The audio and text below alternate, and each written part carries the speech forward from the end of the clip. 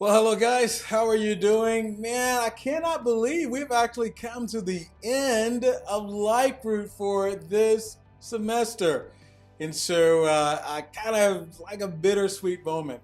But anyway, thank you guys so much for coming for Life Group. We have been going through the book of Daniel, and we're now at the end of the book of Daniel. As I told you last week, Daniel chapter 10, Daniel chapter 11, and Daniel chapter 12 is all one prophecy. And it's actually the longest and most detailed prophecy recorded in the entire Bible. I would encourage you, take time to read Daniel 10, Daniel 11, and Daniel chapter 12. Now, what's important about what we find here in Daniel chapter 11 is that God has outlined, he revealed to Daniel early on, and this is important for us to know.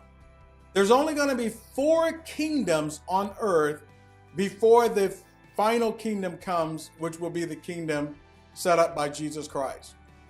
We know that first kingdom is the Babylonian kingdom. The second kingdom is the Medo-Persian kingdom, and Daniel chapter 11 is dealing with that. The third kingdom is the kingdom of Greece, and again, Daniel 11 addresses that. And then we have the fourth kingdom. Now, I want to tell you that the fourth kingdom, most commentaries will say that the fourth kingdom is the Roman Empire. I personally do not subscribe to that because the Bible does not tell us that the fourth kingdom is the Roman Empire. I believe that the fourth kingdom really isn't the Roman Empire, but it is the Islamic Empire. And the reason why I'm saying that is because it was the Islamic Empire that actually conquered the entire region, the Babylonian region. And that's important because the Romans did not conquer the entire known territory that was given to the Babylonians, that was then given to the Medes and Persians that Greece took over.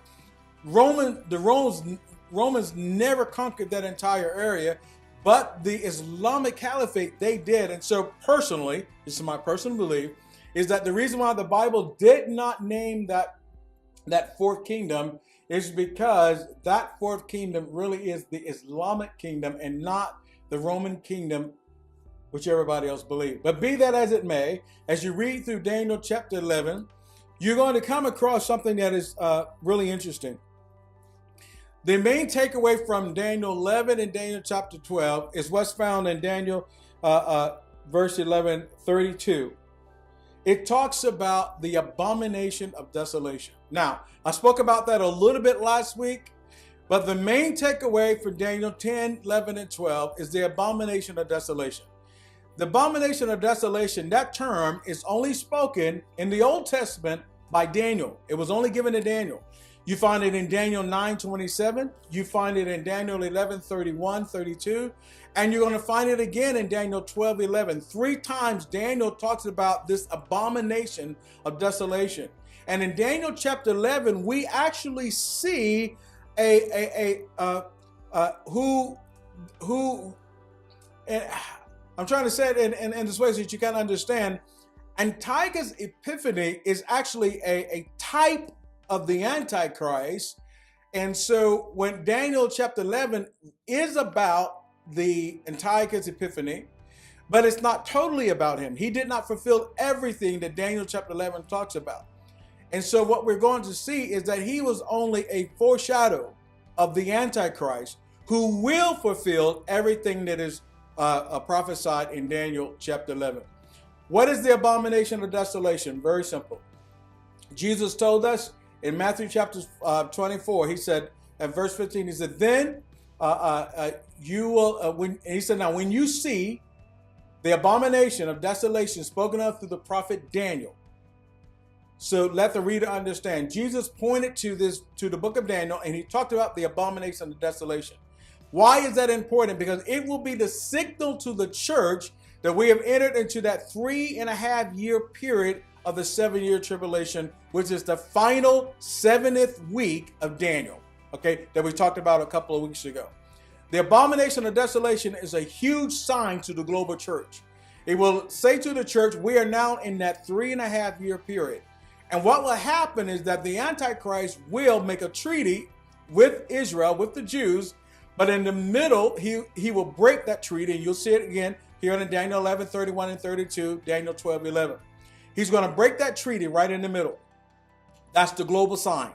That's the sign right there. And Jesus said, when you see that sign, then you know that your redemption draweth nigh. The sign will be, he will defile the temple. He'll defile it in many ways. He's actually going to set an idol in the temple, but he will also defile it by going into the temple, and he will declare himself as God. First 3.5 years, the Antichrist will be a man of peace. Last 3.5 years, he's going to be a man of war. And again, we find it here in Daniel chapter 11. I don't have time to get into all of it in just 5 minutes. But as you read through Daniel 11, you're going to understand is that it talks about the characteristics of the Antichrist. I want to encourage you, beloved, to read these things, and here's why. Become familiar with them so that you are not offended in the last days. You don't get offended by the events of the last days that's happening, nor do you shrink back, and nor do you get into fear and that you go, oh man, what's happening? No, it's already written, and Jesus told us, look to Daniel. Look to Daniel. And so study the book of Daniel, and you'll understand much of what is going to happen in the last days. Well, there's one other thing I want to ask you as you guys are wrapping up. I am thinking about doing an in-depth teaching on the end times and really going back over through the book of Daniel, things that I wasn't able to cover. If you are interested in a study such as that, I'm only going to take maybe about 12 people who are interested in that, and I'm going to sit with me and go through this teaching. If you're one of those and you'll say, Pastor, I'm interested in going through on a deeper level the study of the book of Daniel and the study into end times, let your life group leader know. And I want that leader to get back with me and let me know, yes, I have some people in my life group who would like to sign up for a discipleship on the end times, and we're going to go deep into the book of Daniel and study many of the prophecies of the end time prophecies.